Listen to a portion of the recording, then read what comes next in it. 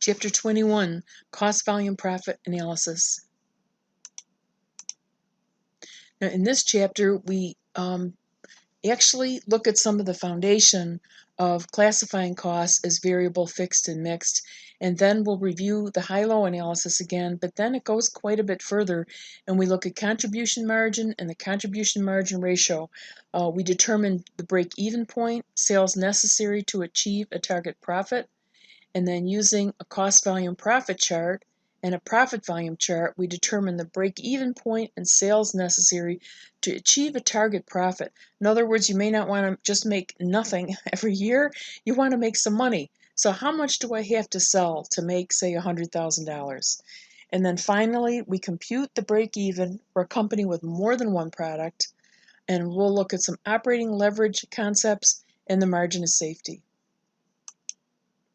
So cost behavior is how a cost changes as a related activity changes. And to understand the behavior of a cost depends on the activities that cause the cost to change. We're calling this activity basis.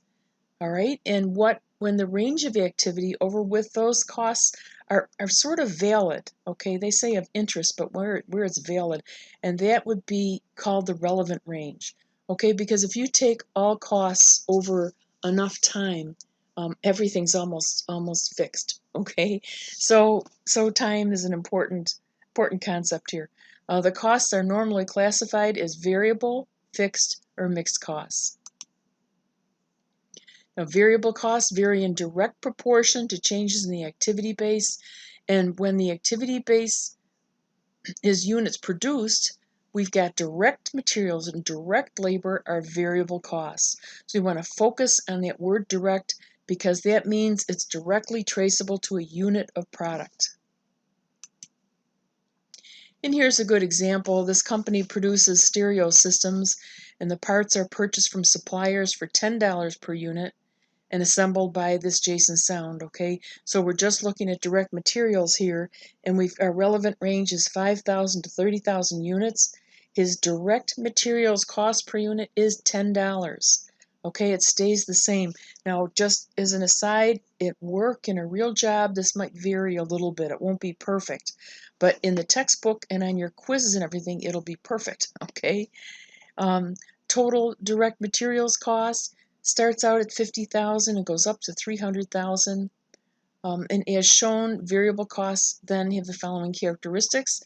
Cost per unit remains the same, okay, but the total direct materials cost varies in direct proportion to the number of changes in units. Okay, that's the activity base. So be really careful with that, and you want to start distinguishing between the cost per unit and the total cost. Okay? And here's a real nice chart, a variable cost graph that's a perfect illustration. There's my variable costs. Goes up in a straight line, starts out at 0, and for every unit that is produced, I've got another unit of cost. Okay? Now that's the total variable cost graph. If we look at the per unit one, the per unit is fixed. And you know what? This is the one you're going to have trouble remembering. So just put it in your head that the cost per unit is the same. And if you give yourself just a second to think about it, you'll see that. And here are some nice examples of variable costs. We've got for university instructor salaries based on the number of classes. In other words, every time you need, say, another 3 or 4 classes, you've got another instructor. Okay, so that in that sense, it's sort of variable.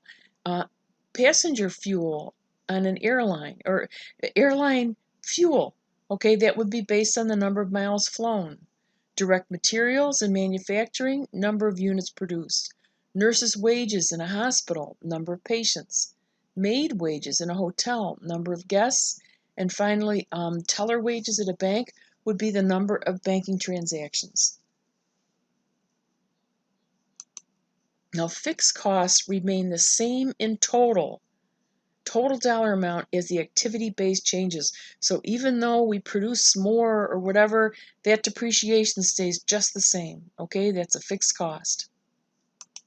And here's an example of this person manufactures perfume, and this is the wages of the production supervisor, and here are the number of perfume bottles produced, and you can see that as the number of bottles produced goes up, her total salary stays the same. All right, up to a point. You know, you can't have somebody producing 1,000,000. You probably need two of them then if you've got 1,000,000 bottles of perfume.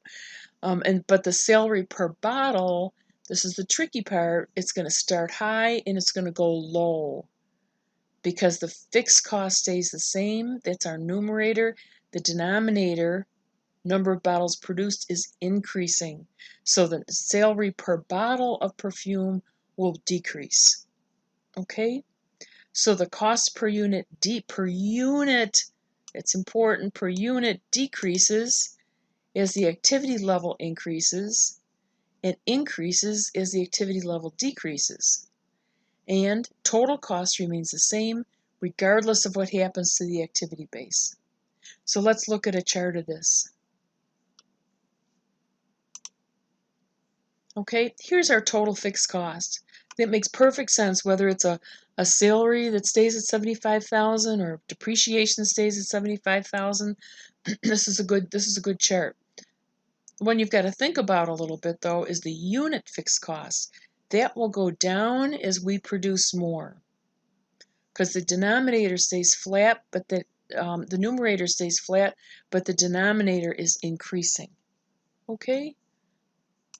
And these are nice examples of fixed costs. The building at a university, building depreciation, number of students, that's the activity base. It's still going to stay fixed. Okay, passenger airline, straight line depreciation, number of miles flown. The depreciation is not going to change. Plant manager's salary, even though the units change, this is going to stay flat. Property insurance, okay, the cost driver for property insurance is the number of patients. I'm not sure about that. I would think it'd be number of properties, but it's going to stay flat. Property taxes, same thing. Branch manager's salary, those are all fixed costs. Now the last category is mixed costs, and those we have to work with a little bit. And you did a lot of this in Chapter 9, so we'll go over it pretty briefly, but these are costs, have characteristics of both a variable cost and a fixed cost. And mixed costs are sometimes called semi-variable or semi-fixed. Okay? So here is an example. This Simpson manufactures sales using rented machinery, and the charge is $15,000 a year plus $1 per hour used in excess of 10,000 hours.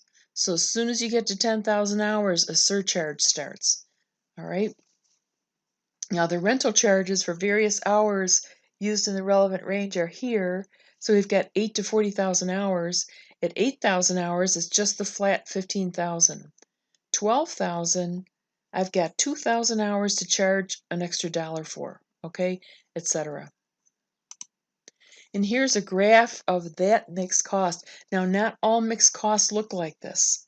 Okay, with some of them, the variable piece starts at 0. So what we do is we put a fixed cost line in and then just layer the variable one on top. Okay, and you'll see that in your textbook. But know that these aren't the same the way a fixed or a variable cost is. And what we use is the high-low method to separate mixed costs into variable and fixed components. Okay, and here's the equipment maintenance department for June through October. Here are their units produced, sort of all over the place. Different, no, it's like August is their big month, and here's their total cost. And the number of units produced is the activity base. Okay, and the relevant range is units produced from June to October. So here's our analysis of it. For Kaysen, the difference between units produced and total cost at the highest and lowest levels of production. Okay, so my difference in units produced is 1,350, and total cost 20,250. And we know that since fixed cost doesn't change, this is my variable cost. So I'm going to take the 2250 divided by 1350, and I've got $15 per unit of variable cost. Okay? So now what we'll do is put that into an equation, and this equation is slightly rearranged. Instead of saying the total cost equals fixed cost plus variable cost, I've got fixed cost would be equal to the total cost minus the variable cost. Okay? So at either the high or the low level, at the high level, I can take my total cost of 61.5, subtract my variable cost, and get fixed cost of 30,000. And at the low level, same thing. Okay, I can take my 41,250, subtract the variable cost of 11,250, and I've got the same 30,000 in fixed costs. And once I plug my number in, I've got this is my formula for total cost then. $15 times units produced plus 30,000 in fixed costs. So if I wanted to look at 2,000 units of production, okay, that would be $15 times the 2,000 units, plus 30,000, and actually, yeah, that's right. Okay. Now here's an example, kind of a crummy example, but here's the first 3 months of the year. Using the high-low method, determine the variable and fixed cost per unit. So my high units are 2,500, my low units are 1,000. Okay, so my change in units is 1,500. For cost, my high is 125, my low is 80, so that's 45. So I take 45,000 divided by 1,500. Okay, right here, and I get $30 per unit of variable cost. Then I'm going to take it and substitute it in, say that my high level, the 125 less my 30,000, or my 30 units times, or $30 times 2,500 gives me 50,000 in fixed cost. Okay, just like we did before. This is a good chart to commit to well, you want to try not to memorize it, but try to understand it so that you retain it and notice the differences here. This is a chart that summarizes variable and fixed cost behavior, whether it's in total and on a per unit basis. Okay, so variable cost increases and decreases proportionately with the activity level in total. Okay, whereas fixed cost in total remains the same, right? Okay, now let's think about per unit. Variable cost per unit stays the same. It's the variable cost per unit, okay? But the fixed cost per unit it's going to decrease, okay? Increases and decreases inversely with the activity level. So as the activity level goes up, just think that's your denominator, and the cost per unit is going to go down. Okay? And these are pretty good examples of variable, fixed, and mixed costs. Things like purchasing department salaries, okay, that's probably a piece is variable and a piece of fixed. Same with maintenance expenses.